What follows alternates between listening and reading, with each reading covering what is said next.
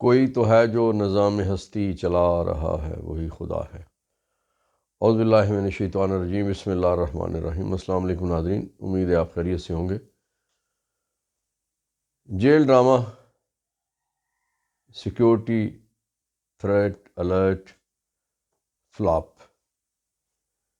یہ ڈرامہ ایک ایسے وقت میں کیا گیا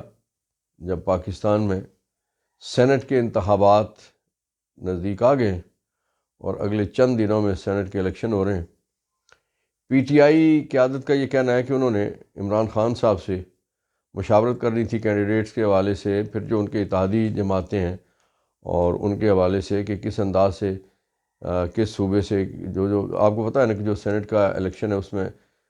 52 سیٹیں خالی ہوئی ہیں، چاروں صوبوں سے بھی اور وفاق سے بھی،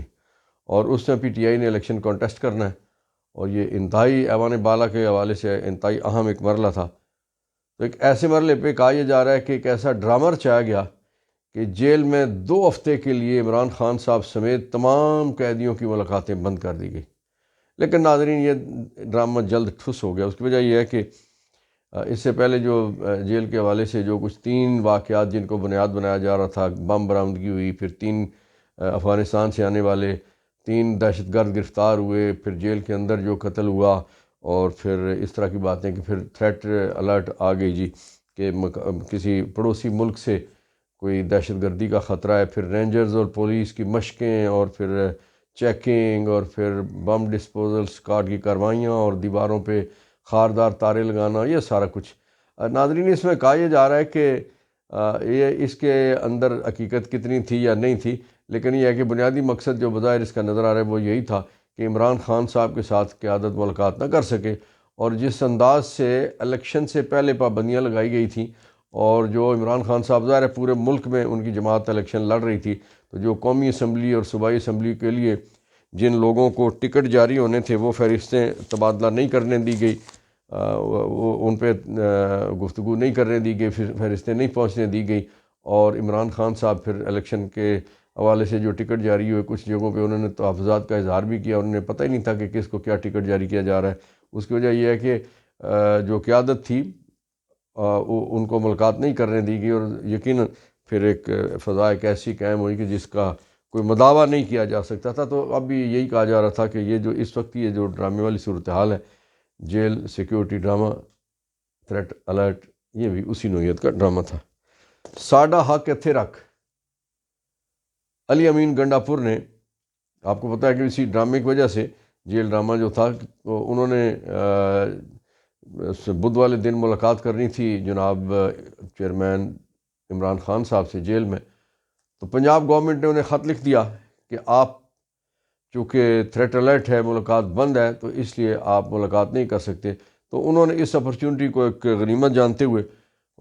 اس ملاقات جو جیل ملاقات تھی اس کو وزیر اعظم پاکستان کے ساتھ ملاقات میں کنورٹ کر دیا، اور کل انہوں نے ملاقات کی وزیر اعظم سے، اور انہوں نے 3 بڑے تگڑے مطالبات وزیر اعظم کے سامنے رکھے۔ آپ کو پتہ ہے نا کہ تاثر دیا جا رہا تھا کہ ایک جو علی امین گنڈا پور ہے بڑے غصے والے آدمی ہیں، اور وہ اینگری ینگ مین، اور اس طرح کی کیفیت ان کے حوالے سے جو کچھ کہا جا رہا تھا۔ لیکن کل جو میڈیا نے کہا اور پھر نون لیگی قیادت نے بھی جس طرح سے ان کے اس جیسچر کو جس انداز سے لیا، تو بڑی اس کی عمومی طور پہ بہت تعریف کی جا رہی ہے ملک بھر میں اور سیاسی حلقوں میں۔ علی امین گنڈا پور وزیر اعظم سے ملے، انہوں نے 3 بڑے مطالبات جو ہیں وزیر اعظم کے سامنے رکھے۔ پہلا مطالبہ یہ ہے کہ جو واجبات ہیں خیبر پختونخوا کے وفاق کے ذمے 1600 ارب روپے کے، وہ فوری طور پہ پیسے ریلیز کیے جائیں۔ دوسرا مطالبہ انہوں نے یہ رکھا کہ جو بے گناہ قیدی ہیں جن کے خلاف کوئی ثبوت نہیں ہے تو انہیں رہا کیا جائے۔ اور تیسرا مطالبہ انہوں نے یہ رکھا کہ خیبر پختونخوا میں سحری اور افطاری کے دوران جو گیس کی اور بجلی کی لوڈ شیڈنگ ہوتی ہے وہ لوڈ شیڈنگ نہ کی جائے، لوگوں کو سہولت فراہم کی جائے، لوگوں کو تنگ نہ کیا جائے۔ سردی کا موسم بھی ہے، ٹھنڈ بھی ہے، اور لوگوں کے لیے بہت مشکلات ہیں کہ وہ بجلی بھی بند ہوتی ہے، گیس بھی بند ہوتی ہے، تو انہیں پھر جو بازاری گیس جو ہے وہ سلنڈر والی یا باقی جو ذرائع استعمال کر کے تیل پٹرول والے، تو انہیں پھر روشنی بھی کرنا پڑتی ہے اور ایندھن بھی جلانا پڑتا ہے جو بہت زیادہ مہنگا پڑتا ہے۔ بہرحال اس پہ وزیر اعظم کی طرف سے کہا گیا جی کہ اس پہ ضرور ہم غور کریں گے، اور وزیر اعظم نے وزیر اعلیٰ علی امین گنڈاپور کے کہنے پہ انہوں نے جو افسران تھے انہیں یہ کہا کہ اس معاملے کو لمبا نہیں کرنا ہے، اور پھر چونکہ IMF کا وفد پاکستان میں آیا ہوا ہے، انہوں نے کہا کہ اس وفد کی ملاقاتوں کے فوری بعد اس کو آپ دیکھیں، اور پھر ایک ہفتے کے اندر 19 تاریخ رکھی گئی ہے کہ اس حوالے سے پھر جو آفیسرز بیٹھیں گے دونوں صوبوں کے، اور جو مشکلات اور جو واجبات ہیں، جو فنڈز ہیں، جو پیسے رکے ہوئے ہیں خیبر پختونخوا کے، وہ انہیں ملنا شروع ہو جائیں گے۔ اس پہ علی امین صاحب نے اور احسن اقبال اور امیر مقام نے اس ملاقات کے وزیر اعظم سے ملاقات کے بعد میڈیا سے گفتگو کرتے ہوئے جو باتیں کی ہیں، علی امین صاحب کا یہ کہنا تھا کہ ہم کوئی ناجائز مطالبہ ایسا نہیں کریں گے، ہمیں علم ہے کہ وفاق بھی اس وقت مشکلات میں ہے، لیکن یہ ہے کہ چونکہ ادائیگیاں اور اس کے بغیر صوبے کے معاملات اور عوام کے جو پروجیکٹس ہیں، جو ان کے ضروریات ہیں، اس کو چلانا ممکن نہیں ہے، تو اس بات کو وزیر اعظم نے تسلیم کیا ہے۔ اور پھر جو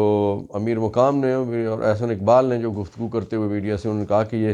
ایک اچھا جلسہ تھا پاکستان کے لیے۔ ان کا کہ سیاست اپنی اپنی ہے، احسن اقبال کا کہنا یہ تھا کہ سیاست اپنی اپنی ہے لیکن ریاست سانجھی ہے، تو اس لیے ہم مل بیٹھ کے تو ریاست کے معاملات جو ہیں ان کے حل کے لیے راستہ نکالیں گے۔ ناظرین، اسلام آباد ہائی کورٹ میں سرکار کی طرف سے، جیل سپرنٹینڈنٹ کی طرف سے اور اسلام آباد انتظامیہ کی طرف سے جو 2 پٹیشنز آئی ہیں، اور وہ چیف جسٹس اسلام آباد جناب عامر فاروق صاحب اور طارق جہانگیری صاحب کے پاس ان پٹیشنز کی سماعت ہوئی۔ اس میں یہ کہا گیا کہ جو جسٹس اعجاز اسحاق صاحب اور ایک اور عدالت نے جو عمران خان صاحب کی ملاقات کی اجازت دے رکھی ہے، اس ملاقات کی اجازت کو واپس لیا جائے۔ اس پہ آج چیف جسٹس اسلام آباد ہائی کورٹ کافی برہم ہوئے اور انہوں نے بڑی دلچسپ باتیں کی۔ اچھا، ایک اور جس بات پہ بڑا غصہ تھا سرکار کو اور سرکار کی طرف سے جو پٹیشنیں گئی ہیں، کہا گیا ہے جی کہ جسٹس سردار اسحاق صاحب نے ایک تو یہ کہ انہوں نے کیونکہ PTI کی طرف سے کہا گیا تھا کہ ہمارے پاس کاغذ قلم ہی اندر نہیں جانے دیا جاتا، تو ہم چیئرمین سے جا کے سیاسی معاملات ہیں، حکومت ایک صوبے کی ہم نے بنائی ہے اور پورے وفاق کے معاملات ہیں اور پھر مقدمات ہیں اور ساری چیزیں، تو پھر ہماری اسٹیشنری بھی جانے نہیں دی جاتی۔ تو یہ کہا گیا کہ ایک تو یہ ہے کہ جو اسٹیشنری کے جو ضروری آئٹم ہیں وہ بغیر چیک کیے، بغیر سکیننگ کیے اندر جائیں گے، اور دوسری بات یہ ہے کہ جو سرکار کا بندہ پاس بیٹھ جاتا ہے خان صاحب کے بغل میں، تو ہم کوئی بات آپس کی نہیں کر سکتے، ظاہر ہے خفیہ مشاورت کرنا ہوتی ہے، معاملات ایسے ہیں، تو وہ اس پہ بھی انہوں نے حکم فرمایا تھا کہ جو وکلاء ملاقات کرتے ہیں مشاورت کے لیے انہیں علیحدگی میں موقع دیا جائے۔ تو اس پہ بھی یہ سرکار کو بہت اس پہ رنج تھا، تو اس پہ کافی عدالت کافی برہم ہوئی۔ اور پھر جو تیسری خاص بات تھی کہ انہوں نے سردار اعجاز اسحاق صاحب نے انہوں نے اپنے فیصلے میں یہ لکھا تھا کہ عمران خان صاحب ایک بڑی جماعت کے سربراہ ہیں، اس لیے انہیں ان سہولیات سے جو ملاقات ہے، ان کے عزیزوں کی ملاقات ہے، ان کے وکلاء کی ملاقات ہے، اور جو اور لوگ کوئی ضروری ملنا چاہتے ہیں وہ عدالتی احکامات کے تحت مل سکتے ہیں۔ تو ان الفاظ پہ کہ جی وہ ایک بڑی جماعت کے سربراہ ہیں، اس پہ بڑا کچھ کہا گیا پراسیکیوٹرز کی طرف سے۔ تو اس پہ جناب چیف جسٹس عامر فاروق صاحب نے یہ کہا کہ اس میں کوئی دوسری رائے نہیں ہے کہ عمران خان صاحب واقعی پاکستان کی ایک بڑی سیاسی جماعت کے رہنما ہیں، تو اس پہ کسی کو نہ شبہ ہونا چاہیے اور نہ کسی کو رنج اور دکھ ہونا چاہیے۔ بہرحال اس پہ جو ایک اور بات چیف جسٹس صاحب نے بڑی زبردست کہی، انہوں نے کہا کہ آپ کہتے ہیں کہ ملاقات نہ ہو، اور پھر انہوں نے کہا کہ آیا کوئی جیل رول میں، جیل مینول میں، پریزن رول میں کوئی ایسی چیز ہے کہ ملاقات سے روکا جا سکتا ہے؟ ظاہر ہے یہ ضابطے کے مطابق ملاقات ہے۔ اور پھر انہوں نے کہا کہ 200 مقدمے ہیں عمران خان صاحب پہ۔ بھائی ہر مقدمے کا وکیل اگر انہیں ایک دن میں ملتا ہے تو پھر جو اگلی باری اس کی جو آج ملا ہے اس کو 200 دنوں کے بعد اگر روزانہ ایک ملاقات بھی ہو تو 200 دنوں کے بعد بھی باری آئے گی، تو یہ سسٹم کیسے ہو سکتا ہے؟ تو ایسا نہیں چل سکتا، آپ کو عدالتی احکامات کی پرواہ کرنی پڑے گی اور عدالتی احکامات ماننا پڑیں گے۔ بہرحال دیکھیے اس پہ اب اس کے بعد پھر کیا احکامات صادر ہوتے ہیں اور کیا کچھ کہا جاتا ہے۔ ناظرین، اس وقت کی جو حکومت ہے وہ PDM کا تسلسل نظر آ رہا ہے، اور PDM کے نگرانوں کا تسلسل۔ آپ کو پتہ ہے نا کہ جو اصول یہ ہوتا ہے کہ جو نگران وزراء بنتے ہیں، مشیر بنتے ہیں، جو حکومت چلاتے ہیں نگران، وہ الیکشن میں نہیں آتے، لیکن اب یہ الٹی گنگا بہہ رہی ہے۔ جس طرح سے 16 مہینے پی ڈی ایم نے سارا ہی کام غلط کیا اور نگرانوں نے سارا ہی کام غلط کیا، عدالتی احکامات نہیں مانے، رولز جو ہے اور ضابطے جتنے تھے ان کو بلڈوز کیا، آئین کو بلڈوز کیا، قوانین کو بلڈوز کیا، اسی انداز سے جو تسلسل ہے وہ یہ ہے کہ جو نگرانوں کی حکومت میں جو وزیر تھے، وہ مشیر تھے، وہ اس وقت وزیر داخلہ بھی وہی لگے ہوئے ہیں، ان کو وزارت اعلیٰ بھی ان کو ملی ہوئی ہے، اور بہت ساری امپارٹنٹ جو وزارتیں اور مشیر ہیں وہ بھی انہی کے بندے لگے ہوئے ہیں۔ اور یہ میں سمجھتا ہوں کہ یہ پاکستان میں جمہوریت کا ہے کہ تذلیل ہو رہی ہے، جمہوریت کے ساتھ مذاق کیا جا رہا ہے، اور قانون اور ضابطے کے ساتھ بڑے اخلاقی حدود جو سیاسی ہیں ان کے ساتھ بھی ایک مذاق کیا جا رہا ہے۔ چیف الیکشن کمشنر سکندر سلطان راجہ، بڑی خدمت کی انہوں نے پی ڈی ایم کی، بہت خدمت کی پی ڈی ایم کی، بالخصوص دو بڑی جماعتوں کی، پیپلز پارٹی کی اور نون لیگ کی، تو انہوں نے انتہا کر دی اپنی وفا کی کہ سپریم کورٹ کے احکامات کو پرے رکھا، ہائی کورٹ کے احکامات کو پرے رکھا، کسی کو صدارتی احکامات کو پرے رکھا، کسی کی نہیں سنی انہوں نے۔ تو اس کے خدمات کے سلے میں آپ کو پتہ ہے نا کہ ان کی اب 5 سال پورے ہو چکے ہیں اور وہ اب گھر جانے والے ہیں، لیکن گھر نہیں، انہیں موج میلے کے لیے کینیڈا کی سفارتکاری دی جا رہی ہے، اور سننے میں یہ آ رہا ہے کہ انہیں کینیڈا میں انعامات کے طور پہ آپ نے بڑا ہمارے لیے، کمپنی کے لیے اور نظام کے لیے اور پی ڈی ایم کے لیے آپ نے بڑا خدمات سر انجام دیے، تو اس لیے انہیں ایک تحفے کے طور پہ کینیڈا کی سفارت جو ہے وہ دی جا رہی ہے۔ ناظرین، اسلام آباد ہائی کورٹ میں ایک اور توہین عدالت کی درخواست آئی ہے۔ مجلس وحدت المسلمین کے سربراہ جناب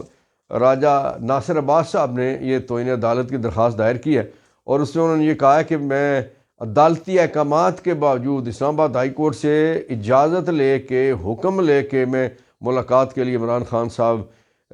کی ملاقات کے لیے گیا، لیکن ملاقات نہیں کرنے دی گئی۔ ناظرین، جو جیل اتھارٹیز ہیں، جو سپرنٹینڈنٹ جیل ہے، اس کی یقیناً بہت سارے اختیارات ہیں، لیکن وہ سارے قانون اور آئین اور ضابطے کے تابع ہوتے ہیں اور عدالتی احکامات کے تابع ہوتے ہیں۔ جیل حکام کوئی سپرنٹینڈنٹ کسی کو اپنے تئیں کسی بندے کو پکڑ کے جیل میں نہیں رکھ سکتا، چاہے وہ میجسٹریٹ کلاس 3 ہو، سول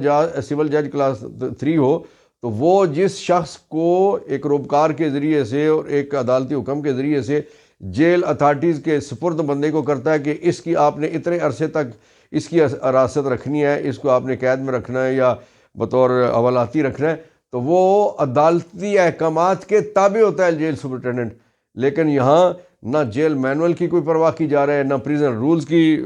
پرواہ کی جا رہی ہے، اور نہ عدالتی احکامات کی پرواہ کی جا رہی ہے۔ تو مجلس وحدت المسلمین کے رہنما جناب راجہ ناصر عباس صاحب نے بھی درخواست دائر کر دی ہے، اور اس پہ بھی دیکھیے کہ اب کیا احکامات آتے ہیں۔ ناظرین، ایک اور چیز جس میں ہم بات کرنا چاہتے ہیں، وہ آج کل آپ کو پتہ ہے کہ جو پنجاب کی چنتخب وزیر اعلیٰ ہیں، وہ انہیں شوق ہے بہت زیادہ، کوئی کبھی کسی اسکول میں جا کے پڑھتے ہوئے بچیوں پہ بالخصوص سر پہ جا کے کھڑی ہو جاتی ہیں، اور پھر ان سے اس قسم کے سوال وہ پوچھتی ہیں کہ جس پہ وہ میمز بنتی ہیں، لوگ پھر مذاق اڑاتے ہیں، سارا دن سوشل میڈیا میں اس کے تذکرے شغل کے انداز میں ہوتے ہیں، یا کبھی کسی تھانے میں گھس جاتی ہیں، کبھی کسی مائی کے گھر گھستی ہیں، اور کیمرے والے اندر کھڑے ہوتے ہیں، تو وہ دروازے سے گھستے ہیں کہ السلام علیکم، میں اندر آ جاؤں۔ ایک ایسا ایک شغل لگتا ہے، ایک ٹک ٹاک پروگرام ایک جاری ہے۔ کہا یہ گیا ہے، لوگوں کا کہنا یہ ہے کہ محترمہ، اگر آپ نے وزٹ کرنا ہے نا تو ان پٹوار خانوں کا وزٹ کیجئے کہ جہاں ایک ایک فرد جاری کرنے کے لیے جس کی 100 روپے فیس ہے، وہاں 4 لاکھ 10 لاکھ روپے لوگوں سے مانگے جاتے ہیں، اور انہیں ہفتوں نہیں مہینوں جو کام چند روپے کا ہے، جس کی 30 روپے فیس ہے، 50 روپے فیس ہے، اس کی 50,000 یا 5 لاکھ روپیہ مانگا جاتا ہے، وہ پراپرٹی کی ویلیو کے حساب سے۔ وہاں آپ چھاپے ماریں، وہاں کا وزٹ کریں بغیر کیمرے کے اور بغیر اطلاع کے۔ جن فیکٹریوں میں جیلی دوائیاں بنتی ہیں، ان جیلی فیکٹریوں کا آپ وزٹ کیجئے۔ وہ فیکٹریاں کہ جہاں جیلی کیمیکل بنتا ہے جس کی وجہ سے بے شمار مسائل پیدا ہوتے ہیں، وہاں دورہ کیجئے۔ وہ جگہیں کہ جہاں جیلی دودھ قوم کے بچوں کو پلانے کے لیے وہاں اس میں کیمیکل استعمال ہوتے ہیں، ان جگہوں کا وزٹ کیجئے۔ اور اسی انداز سے جو اتنی مہنگی کھاد جو بیچارے مسکین ہمارے زمیندار استعمال کرتے ہیں، وہ کھاد انہیں مہنگے داموں، وہ بھی جیلی ملتی ہے، ان فیکٹریوں کا آپ دورہ کیجئے اور لوگوں کو اگر کچھ کرنا ہے تو اس طرح کے اقدامات کریں، ورنہ یہ جو کاسمیٹک چیزیں آپ کر رہی ہیں اس کا نہ کوئی فائدہ ہے اور نہ کوئی آپ کی شخصیت کو اس طرح سے بہتر انداز سے کوئی متعارف کروایا جا سکتا ہے۔ لوگ آپ کو جانتے ہیں، آپ وہی ہیں جنہوں نے کہا تھا لندن تو کیا، پاکستان میں بھی میری کوئی جائیداد نہیں، پھر جب جائیداد بے پناہ یہاں آپ کی نکل آئی تو آپ نے کہا تو تانوں کی ہے جی، یہ ہماری ہے نا۔ نواز شریف نے بھی یہی کہا تھا اور آپ نے بھی یہی کہا تھا۔ اس لیے لوگوں کو آپ کا پتہ ہے، لوگ آپ کو جڑوں سے جانتے ہیں، آپ پورے ٹبر کو لوگ جڑوں سے جانتے ہیں۔ آپ کے دونوں بھائی جو اس وقت کہتے تھے ہمارا تو تعلق ہی کوئی نہیں ہے اس وطن سے، ہم تو پاکستانی ہے ہی نہیں، ہماری تو شہریت ہی برطانیہ کی ہے، لیکن اب وہ جان بچانے کے لیے پہلے چچا کی حکومت آئی، پھر اب کزن کی حکومت بھی ہے اور پھر چچا کی حکومت آ گئی ہے، اور اب وہ اپنے جان بچانے کے لیے آ گئے یہاں سے، اور ابھی اپنی باجی کی حکومت میں انہوں نے پنجاب میں اس وقت ڈیرے بھی ڈالے ہوئے ہیں، اور لگتا یہ ہے کہ اور کہا یہ جا رہا ہے کہ اگلے دنوں وہ میاں صاحب کو لے کے شاید مکہ مدینہ جائیں گے عمرے کے لیے، اور وہیں سے وہ عازم برطانیہ ہو جائیں گے۔ ناظرین، فلسطینیوں کے لیے دعا کرتے ہیں کہ اللہ رب العزت اس بابرکت مہینے میں ان کے لیے مشکلات میں آسانیاں کرے۔ آج کی خبر بھی یہ ہے کہ لاتعداد شہادتیں ہوئی ہیں، بے گھر تو وہ سارے کے سارے ہو چکے ہیں، لیکن بے ضمیری اتنی ہے کہ ان کے لیے جو کچھ کر سکتے ہیں وہ صرف اپنے مفادات کے لیے لگے ہوئے ہیں۔ وہ کشمیریوں اور فلسطینیوں کے لیے اس انداز سے آواز نہیں اٹھاتے، مظلوموں کے لیے اس